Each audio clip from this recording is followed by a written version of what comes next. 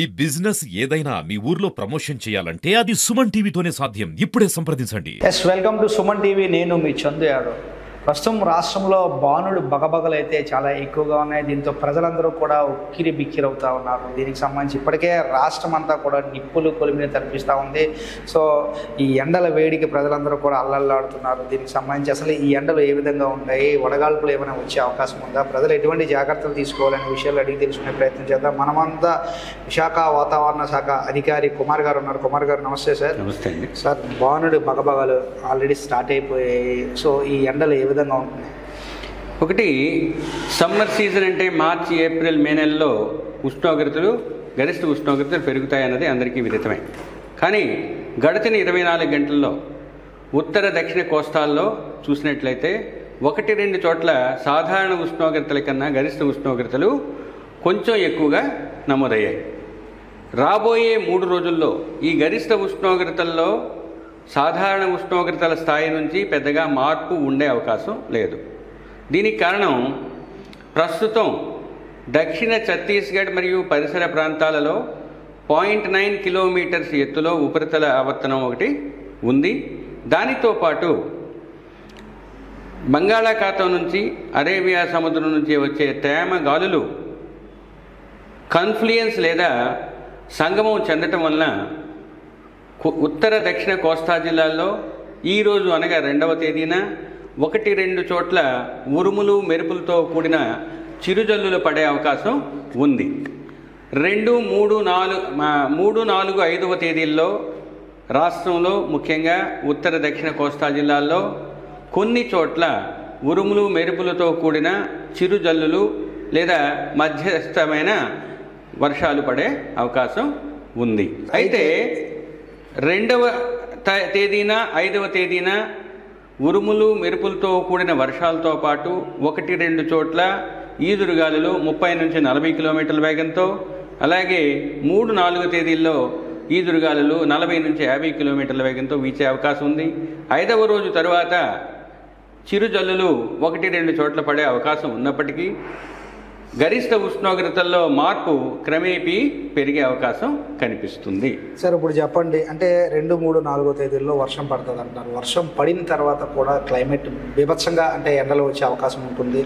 So అటువంటి అప్పుడు ఉష్ణోగ్రతలు ఏ విధంగా నమోదయ్యే అవకాశం ఉంటుంది? మీకు ఒకటే ఇండికేషన్ అండి, ఇందాక మీకు చెప్పినట్టు రాబోయే 3 రోజుల్లో గరిష్ట ఉష్ణోగ్రతల్లో మార్పు పెద్దగా ఉండదు అన్నాను. అంటే సాధారణ స్థాయి నుంచి లేదా గడిచిన ఒక రోజు నుంచి ఏ విధంగా ఉన్నాయో ఆ ఉష్ణోగ్రత స్థాయికి దగ్గరలోనే ఉండే అవకాశం ఉంది.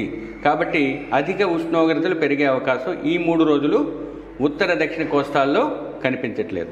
వర్షాలు పడతాయన్నా కూడా ఇది సంవహన వర్షపాతాలు లేదా ఈ వేసవి కాలంలో పడే జల్లులు కొన్ని నిమిషాలు లేదా గంట ప్రాంతంలో అటు ఇటు ఉండే అవకాశం ఉంది. అంతకన్నా ఎక్కువ సమయం వర్షాలు పడవు. పడిన తర్వాత భూమిలోంచి ఆటోమేటిక్గా మీరు చెప్పినట్టు ఒక 2 గంటలు పడుతున్నప్పుడు ఆ భూమిలోంచి ఆటోమేటిక్గా హీట్ కూడా బయటకు వచ్చే అవకాశం ఉంటుంది. సో అప్పుడు ఉష్ణోగ్రతలు పెరిగే అవకాశం ఉంటుందంటారు. లేటెంట్ హీట్ రిలీజ్ అవుతుందండి వర్షంతో పాటు, గుప్తోష్ణం అంటారు. అది కొంచెం పెరుగుతుంది కానీ పూర్తిగా ఈ గరిష్ట ఉష్ణోగ్రతలు పెంచే అవకాశం కాదు. అది గరిష్ట ఉష్ణోగ్రతలు సాధారణ స్థాయికి ఇంచుమించు దగ్గరలో ఉండే అవకాశం కనిపిస్తుంది. ఇప్పటి వరకు నమోదైన ఉష్ణోగ్రతలు మనం చూసుకుంటే ఎక్కడ నమోదైంది సార్ ఉష్ణోగ్రత? ఒకటి, రాష్ట్రంలో వివిధ ప్రాంతాల్లో ఆటోమేటిక్ వెదర్ స్టేషన్స్ ఉన్నాయి. ఆ డేటా కాకుండా ఐఎండీ రికార్డు చేసిన ఉష్ణోగ్రతల లెక్కలోకి వచ్చినట్టయితే 38 డిగ్రీలకు దగ్గరలో నందిగామ మరియు అమరావతిలో మాత్రమే నమోదయ్యాయి. మిగతా ప్రాంతాల్లో ఆ ఉష్ణోగ్రతల కన్నా తక్కువ 33 నుంచి 35 లోపల ఉన్నాయి. ఇంకా ఈ ఉష్ణోగ్రతలు ఎక్కువ స్థాయి ఎంతవరకు నమోదయ్యే అవకాశం ఉండొచ్చు అంటారు రాగల రోజు? సీజన్లో ఏదైనా కూడా ఎంత వస్తుంది చెప్పే కన్నా దాని యొక్క ఇంటెన్సిటీ ప్రజెంట్ ఉన్న టెంపరేచర్స్కి కంపేర్ చేస్తూ ఏ విధంగా ఉంటుందని చెప్పాలంటే దగ్గరలో ఒక 3, 4, 5 రోజుల వరకు పూర్వానుమానం చెప్పినట్టయితే బాగుంటుంది. సీజన్ అంతా చెప్పడానికి ఇచ్చే అవుట్లుక్లో మేము క్లియర్గా ఈ సంవత్సరం ఉండబోయే హీట్ వేవ్స్ ఎన్ని ఉంటాయి, సాధారణంగా 6 నుంచి 8 మధ్యలో ఉంటాయి రాష్ట్రం మొత్తం మీద. అవి ఇంచుమించు దానికి 1-2 ఎక్కువ పెరిగే అవకాశం ఉంది. సీజన్ అంతా అంటే మార్చి, ఏప్రిల్, మే నెలల్లో. వడగాలుల విషయంలో ఎటువంటి జాగ్రత్తలు తీసుకోవాలి? వడగాలు వచ్చే అవకాశం ఏమైనా ఉందంట? సమ్మర్ అంటేనే ఈ కండిషన్స్ అన్నీ ఉంటాయండి. వడగాలులు పార్ట్ ఆఫ్ సమ్మర్, ఉరుములతో కూడిన జల్లులు కూడా సమ్మర్లో ఉంటాయి. అయితే వడగాలులు 2 రకాలుగా విభజించవచ్చు. ఒకటి, ఈ వేసవి ఉష్ణోగ్రతలతో పాటు తేమ ఉందా లేదా. తేమ ఉన్నట్టయితే హాట్ అండ్ హ్యూమిడ్గా మనం కన్సిడర్ చేయాలి. హాట్ అండ్ హ్యూమిడ్ అంటే వేడితో పాటు తేమ కూడా ఉంటుంది. అది డెడ్లీ కాంబినేషన్. మరీ ఎక్కువ ఉష్ణోగ్రతలు, మరీ ఎక్కువ తేమ ఉన్నట్టయితే శరీరం మీద ఉన్న చెమట ఎవాపరేట్ కాదు. ఎవాపరేట్ కాకపోతే మనకి డిస్కంఫర్ట్ ఉంటుంది. అది ఒక యాంగిల్. రెండోది, తేమ లేనట్లయితే డ్రై విండ్స్ అంటాం. హాట్ డ్రై విండ్స్ ఉన్నట్టయితే శరీరంలో ఉన్న తేమని మన దగ్గరలో ఉన్న హైడ్రేషన్ అంతటిని తీసుకుని వెళ్ళిపోతుంది. అదే డీహైడ్రేషన్ అంటాం. డీహైడ్రేషన్ వల్ల క్రాంప్స్ కూడా వస్తాయి. మనుషుల్లో కండరాలు పట్టేయటం కానీ లేకపోతే మిగతా మెటబాలిక్ డిజార్డర్స్కి గురి చేసే అవకాశాలు ఉంటాయి.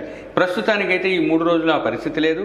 4వ రోజు కూడా క్రమేపీ ఉష్ణోగ్రతలు పెరుగుతాయి. ఒకవేళ అటువంటి హీట్ కాంటింజెన్సీ ఉన్నట్టయితే తీసుకోవాల్సిన జాగ్రత్తల్ని ఐఎండి ఖచ్చితంగా మీకు తెలియజేస్తుంది. సో ఇక్కడ వరకు ఓకే సార్. 3 రోజుల తర్వాత సాధారణంగా ఈ ఎండాకాలంలో మనం ఉన్నాం కాబట్టి వడగాలులు కూడా వీచే అవకాశం ఉందంటున్నారు. కాబట్టి ప్రజలందరూ కూడా ఎటువంటి జాగ్రత్తలు తీసుకోవాలి? వయసు పెద్దవారు కావచ్చు, బాలింతలు కావచ్చు, గర్భిణీలు కావచ్చు. సో ఈ ఎండ పట్ల వారు ఎటువంటి జాగ్రత్తలు తీసుకోవాలి? కామన్ అడ్వైజ్ ఎవరికైనా సమ్మర్ సీజన్లో కాటన్ లేదా లూజు దుస్తులు ధరించడం అనేది శ్రేయస్కరం. రెండవది, ఈ కండిషన్స్ అంటే తేమ, అధిక ఉష్ణోగ్రత ఉన్న పరిస్థితుల్లో కానీ, డ్రై హాట్ విండ్స్ ఉన్న పరిస్థితుల్లో కానీ జనాలు మ్యాక్సిమం హీట్ ఎక్స్పాన్షన్ పీరియడ్ ఉంటుంది. ఆ పీరియడ్లో ముఖ్యంగా ఉదయం 11 గంటల నుంచి 3 గంటల వరకు ఉన్న ఈ మోస్ట్ అన్ఫేవరబుల్ పీరియడ్లో బయటకు వెళ్లకుండా నీడలో ఉండటం మంచిది. ముఖ్యంగా మోస్ట్ వల్నరబుల్ సెక్షన్స్ ఎవరు? వృద్ధులు, బాలింతలు, చిన్నపిల్లలు, వ్యాధిగ్రస్తులు. ఈ 4 సెక్షన్స్ పీపుల్ ముఖ్యంగా అతి జాగ్రత్తగా ఉండటం. రెండోది ఏంటంటే డీహైడ్రేషన్ వచ్చే సమయాల్లో, అంటే ముఖ్యంగా బాగా హాట్ డ్రై విండ్స్ ఉంటే మీకు ఉక్కబోతుతో పాటు వడగాల్పులతో పాటు వేడి ఎక్కువగా ఉన్న టైంలో చల్లని ద్రవాలు, ముఖ్యంగా ఓఆర్ఎస్ లాంటివి తాగటం మంచిది. మిగతా సందర్భాల్లో నార్మల్ రీహైడ్రేషన్ చేసుకుంటూ శరీరానికి కావాల్సిన అంత హైడ్రేషన్ని లేదా ఓరల్ రీహైడ్రేషన్ ద్వారా అందించడం మంచిది. సో ఈ మధ్యకాలంలో చాలామంది అంటే ఎండ వేడికి తట్టుకోలేక కూలింగ్ వాటర్ ఎక్కువగా తాగేస్తూ ఉంటారు. అంటే కూలింగ్ వాటర్తో అయితే బాడీ అంతా కూల్ ఉంటుందని అనుకుంటారు. దీన్ని ఎట్లా చూడవచ్చు? ఏదైనా అది నిజానికైతే అది నా పరివ్యూలో లేనప్పటికీ ముఖ్యంగా వైద్య పరిభాషలో కూడా చెప్తారు, మీకు ఆ టెంపరేచర్ డిఫరెన్షియల్ పెరిగే కొద్దీ మీకు ఇంకొంచెం దీని మీద ప్రభావాన్ని చూపిస్తుంది, మెటబాలిక్ డిజార్డర్స్ని కలుగజేస్తుంది. కాబట్టి మరీ కోల్డ్ వాటర్ తాగేసి మరీ ఎండలో వెళ్ళటం అనేది శ్రేయస్కరం కాదు. రెండవది, జ్యూసెస్ లేదా కొబ్బరి నీళ్ళు, ఓరల్ రీహైడ్రేషన్ సొల్యూషను, తర్వాత ఈ మామూలుగా పల్చగా ఉన్న మజ్జిగ అలాంటివి తాగినట్టయితే శరీరానికి చాలా మంచిది. తర్వాత డీహైడ్రేషన్ గురి కాకుండా కాపాడే అవకాశాలు కనిపిస్తున్నాయి.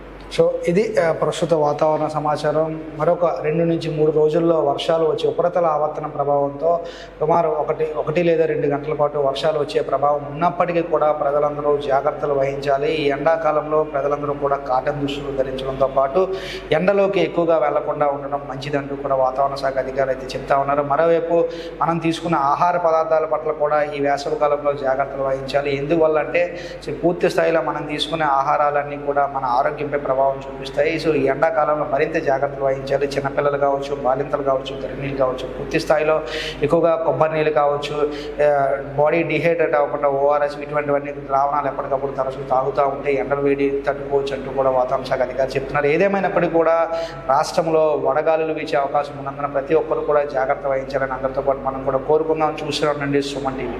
వీడియో జర్నలిస్ట్ రాజేష్తో చందు, సుమన్ టీవీ, విశాఖపట్నం.